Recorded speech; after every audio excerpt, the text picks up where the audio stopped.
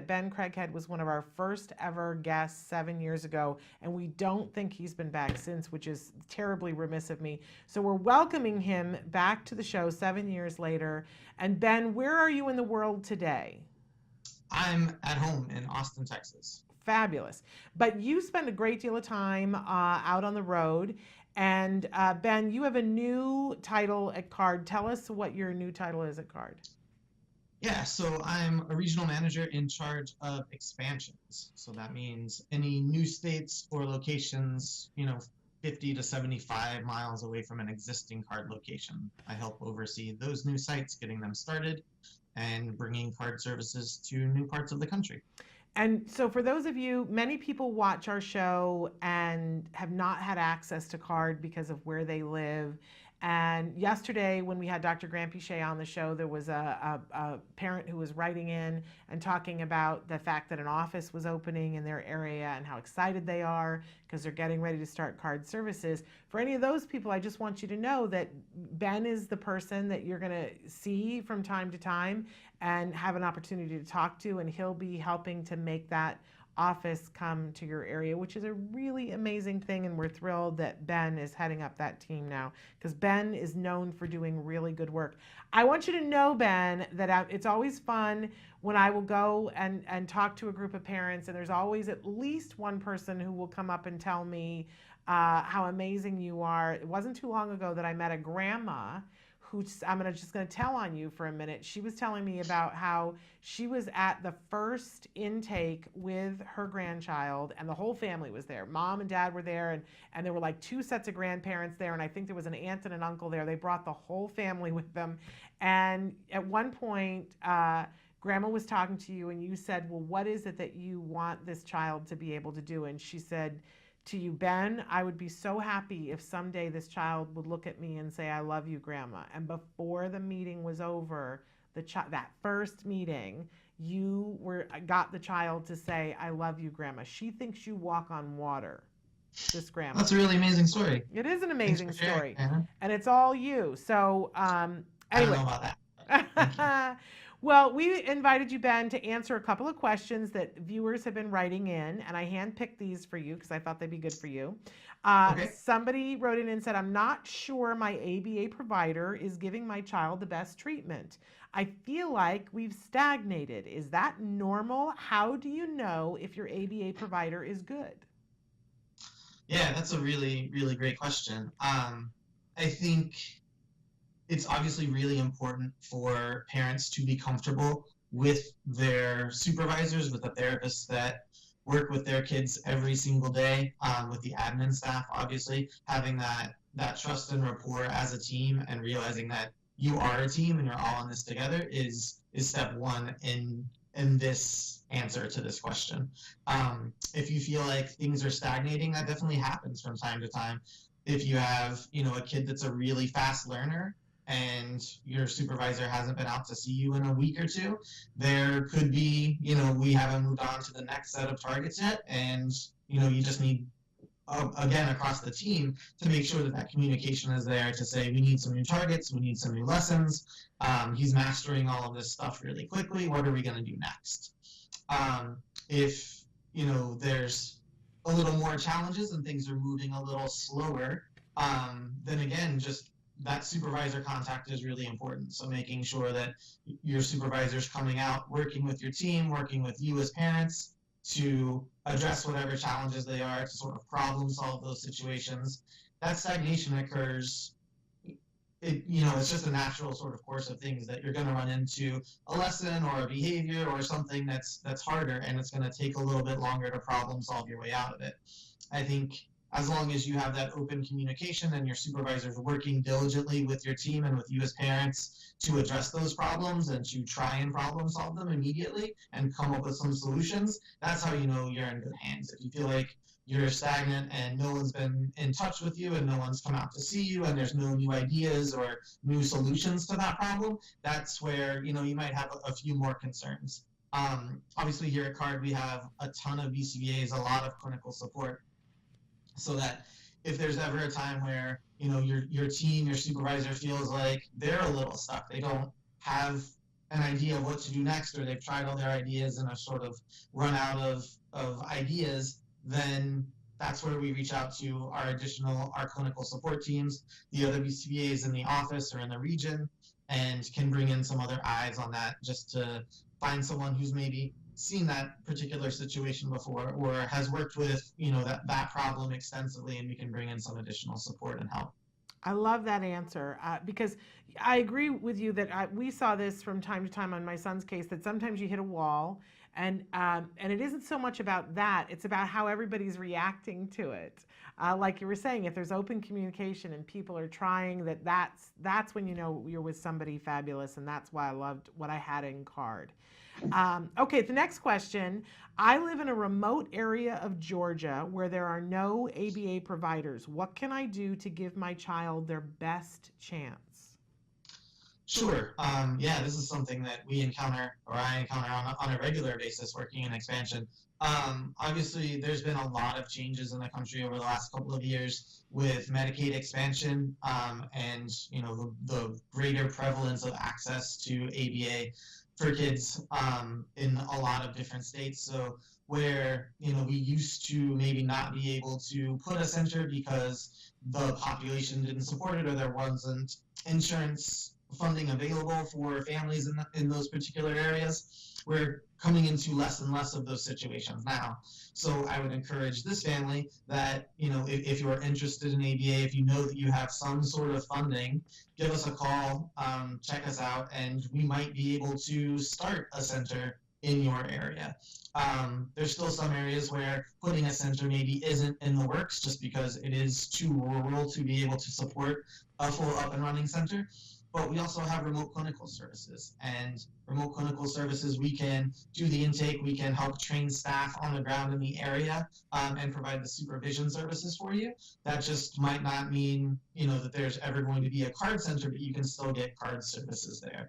And then in the meantime, if that's not something that we're going to be able to do, or it's going to take a while to get some of those services up and running, parent support and parent engagement is a really important thing.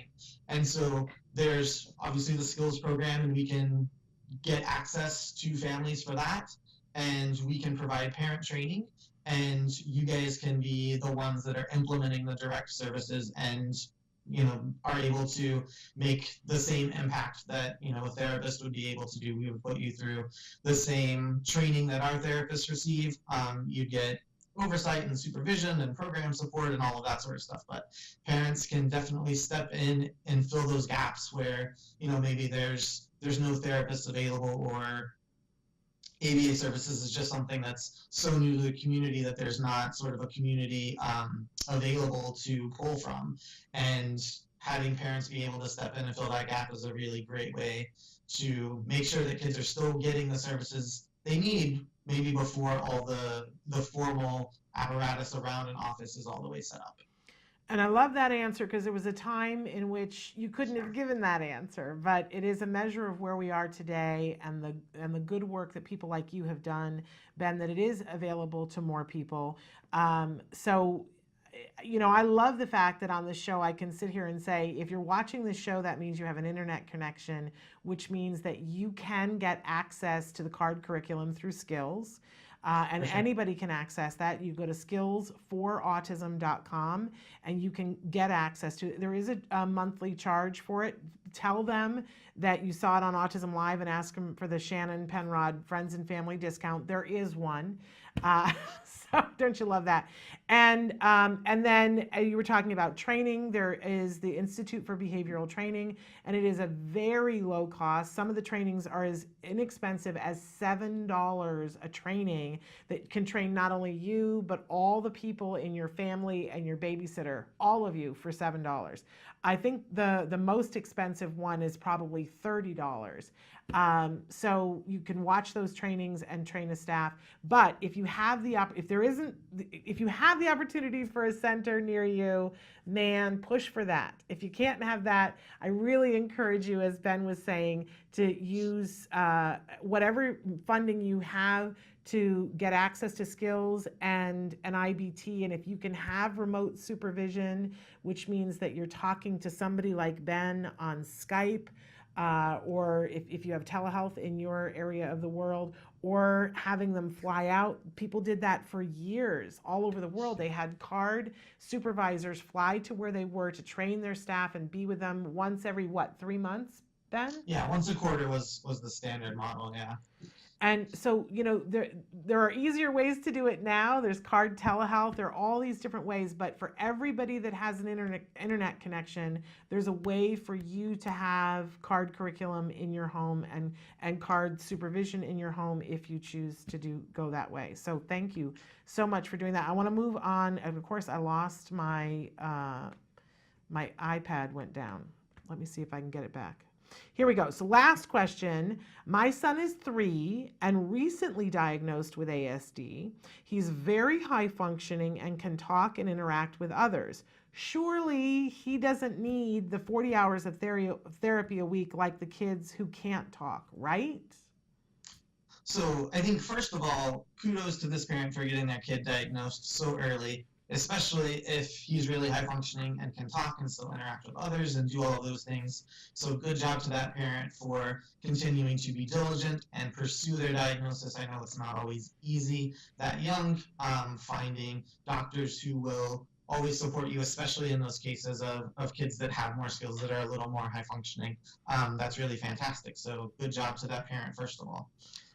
Second of all, everything that we do is individualized for the kids. So it's really hard to say, like, yes, your child will definitely need 40 hours, or no, absolutely not, they won't. I think, the research that we have over the last 25 or 30 years supports early intensive behavioral services. And so we want to get to these kids as early as we can. And so you got your kid diagnosed at 3, that's amazing. That covers the early part. And then the next part is intensive services. And we want to do as many services as we can, as early as we can, to fill the gap between where your child is currently functioning and where his typically developing peers are functioning. And so that gap at age 3 is pretty small. Most typically developing 3-year-olds, they're still learning most things about the world. So that gap that we need to close is pretty small. But if we do a minimum number of hours at age 3, then that gap at age 4 is maybe a little bit bigger. At age 5, it's quite a bit bigger. By age 6 or 7, it's getting really drastically different, and it becomes harder and harder to close that gap the longer and longer that we continue on without closing it down. And so what we try to do is just get in there and provide as much support as we can, as early as we can, so that we can wrap up services and be done as quickly as possible. The goal in this situation, is to provide as much service to close that gap and hopefully be done with services by the time that this kid's ready for kindergarten or first grade. And, we always take the viewpoint coming in and meeting with families that that's what our intake procedure is all about. We want to get to know your child. We want to get to know you, your concerns, the skill deficits that you see, try to observe those things on our own so that we can make an individualized recommendation. There's no cookie cutter recommendations. There's no standard program that exists at CARD. Everything's created specifically for your kid. So it might be really intensive services for a while, and we'd be able to fade out really quickly. And again, all of that is sort of dependent on your child's progress and how quickly they're learning and acclimating to the services they're receiving, and how quickly they're able to close that gap with their peers. And I love that answer, Ben, because if you're at CARD, CARD's going to tell you what the prescription is for your child, how many hours that they're going to recommend, and it's going to be based on science and be based on that individual child. The only thing for if you're not at CARD, I hear of a lot of parents being told, oh, well, your child's really high functioning, so they only need 8 hours. And I want you to remember what Ben was saying about early intensive intervention, because you could do 8 hours, you absolutely could, but we started this show talking about what are the 2 ways that people learn the most is by having opportunity to do something over and over again and being reinforced for it. So if you only are doing something 8 hours a week, that isn't as many opportunities as 40 hours a week. If you have insurance that is going to pay for 40 hours a week for your child, don't stand around and argue. Take it. Take it, take it, take Absolutely. it. Because later on, when they're 8, insurance isn't going to offer you 40 hours. And if you Right. can do the most for your child right now, so that, as Ben was saying, maybe you get to kindergarten and you don't need any more services, trust me.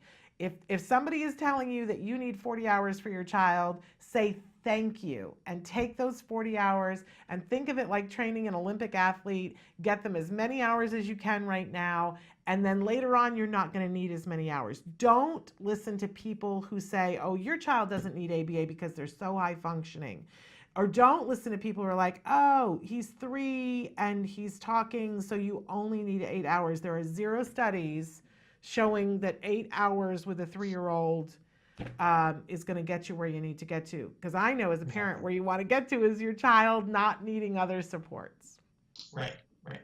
And So so, yeah, it might be a little painful at the beginning. You feel like you're putting your really young, tiny little kid, making him do this full-time job, which is obviously stressful and challenging for families. But it's better than the alternative, where your child isn't able to fully participate in all the things that you would like them to because they're lacking in those skills. So that's all we're trying to do, is work ourselves out of the job as quickly as we can. yes, and they do a great job of it too. When you take a 3-year-old and you give them 40 hours, yeah, maybe you don't have as much time to go to Gymboree as you would have had before, and that's a bummer. Been there, done that, cried about it. But I'll tell you what, as somebody who's been there and done that, it was so worth it, because now I get to go to everything. And I get to go to everything and interact with my son because we put in those early hours. But if you talk to a parent who's got a 6 or a 7 or an 8-year-old, they would say to you, "Oh my gosh, take your 40 hours right now while you can and run with it. You'll never be sorry. Never ever be Right. sorry." Ben's giving you the very nice, and I'm just bullying you. But but believe me, you can come back and yell at me later on, but I know you won't. I know if you listen, you'll come back and say, thank you, Shannon, because we did the 40 hours and it was worth everything. Everything. Ben, we just adore you, and we are so proud of you and the work that you are doing all over the country and opening these new offices for families who so desperately need them. Thank you so much, and all the people that you work with. And I look forward to now some of the people that you're going to meet in the coming months who will have seen you on the show and be like, hey, I know you. Yeah, I look forward to it too. And if you see Ben in your neighborhood, it means that good things are coming your way. It's a really fabulous thing. So greet him well and welcome him to your community, because it's such a good thing. Thank you, Ben, for joining us. I know you're super busy, and we really appreciate it. Absolutely. My pleasure, Shannon. Thanks All for right, having me. you take care. Bye bye. All right. Bye. That is the fabulous Ben Craighead. Just love the work that he's doing. All right, we are going to take a break, and then we're going to come back and talk a little bit about moving forward. How do you get there when you're stuck, or it's stagnating, or just in a place where you feel like, oh, I'm fine where we are, I can't push, and why you should do that. So stick with us.